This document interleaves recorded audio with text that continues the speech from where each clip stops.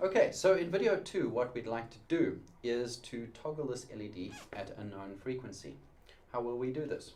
Well, AVR LibC is a C library to use with GCC on Atmel AVR microcontrollers, and if we go to the library reference, we can search for delay, and we can find that there are functions underscore delay millisecond to, or even microsecond, to set a very precise delay.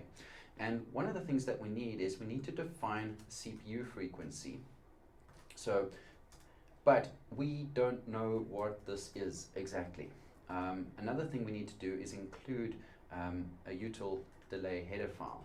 So let's just include the header file first, util delay. Okay, now let's try and figure out what frequency this CPU is running at.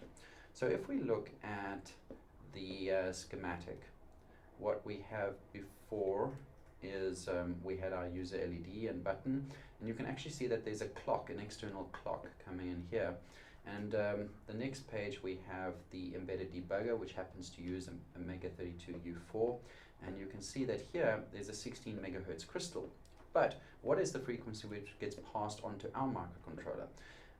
So let's have a look at the user guide, and searching for clock, we can see the clock distribution, and we can see that the Mega32U4 provides an external 16 megahertz clock to our part that we are wanting to program. So we know that this is 16,000,000. Okay, so we now know that we have a 16 megahertz clock.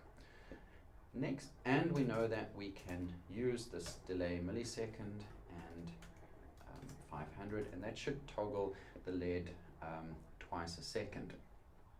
But this instruction simply sets the port, so we want to toggle it rather. So going back to the data sheet, we can go to the start of this chapter, scroll down a little bit, and we see, toggling a pin. So if we write a logic 1 to the pin register, we should toggle the pin.